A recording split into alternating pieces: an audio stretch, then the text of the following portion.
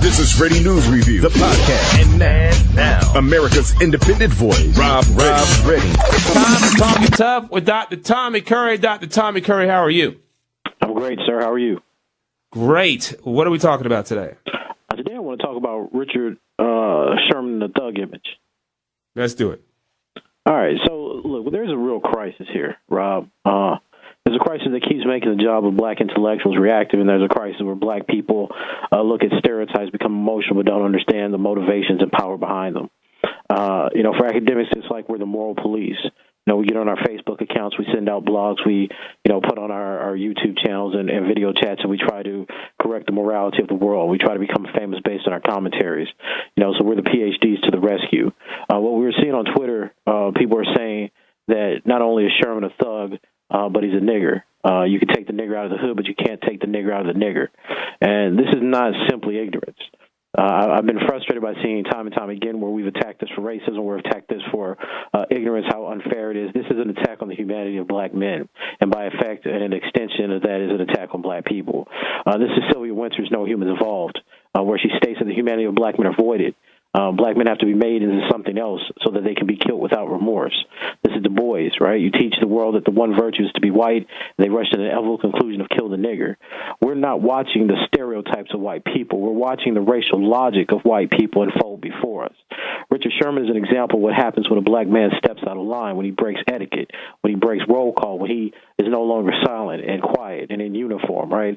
It's not, and even when you watch his interview where he said, well, look, perhaps this is misguided. I was like, we see this because we police ourselves, right? We police ourselves and we know the rules, but every time these types of things happen, this isn't about what rules we break. This is about the vulnerability of our humanity that can be taken away from us at any moment, right? Richard Sherman is Jonathan Farrell. He's the person that's allowed to live. Jonathan Farrell was an educated man, a citizen, but he was treated as a criminal and defined as a thug, right? So when you call a black man a nigger, right, when you see this thug imagery, when you define him as a criminal, historically this has always been a way to justify the lynching of him, to justify his castration, right? This is the cutting off of his penis and parading around to society to let you know that you can never, ever have a black man that stands for anything but what white people tell them that they are, right? So this is where their humanity is erased from the slate and they're left vulnerable to racist hate.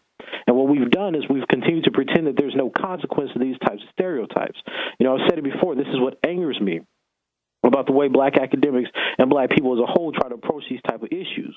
We pretend that this racism can be remedied through language and education, right? But what we're witnessing is a logic here. We're witnessing how white people see black male bodies, and these black male bodies are killed. Richard Sherman's response, while eloquent to being called a thug, does not disprove the stereotype. And while we're going around celebrating the fact that he eloquently refuted this idea and showed that, he has education and class, what he in reality shows is that any black man, despite his education, despite his class, despite his station in life, his fame or his intellect, is vulnerable to death. They can create whatever image they want of black men. They can do whatever they want to black men. This man is famous. This man is an NFL CB. And it doesn't matter because the same type of visceral hate and racism that the public is willing to put on his body is still looked at as if it's legitimate, right? This is what this type of ideology of killing him, of calling him a thug, of justifying this criminalization is what justifies killing the mothers that reproduce and birth these thugs. It's the idea that you can kill the black women that breed this type of pathology. So we must not become so reliant on reason and discourse, on sharing blogs on Facebook, that we become blind to the realities that generate the stories for this type of internet activism, namely the deaths of black men and destruction of the communities that these people come from. He represents someone who's successfully escaped these types of conditions. But what white America is trying to show us is that they will never look at black men as not having those conditions within them. No matter how successful, no matter how educated they become, they will always be seen as an extension of the types of pathologies that white people believe fundamentally exist in these types of communities and these types of pathologies that are birthed from the womb of our black women.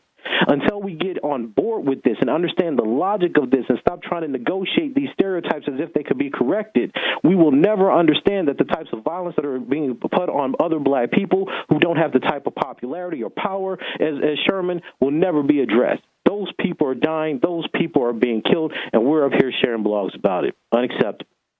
Well said, Dr. Tommy Curry. How can folks get in contact with you? They get me on Twitter at Dr. TJC.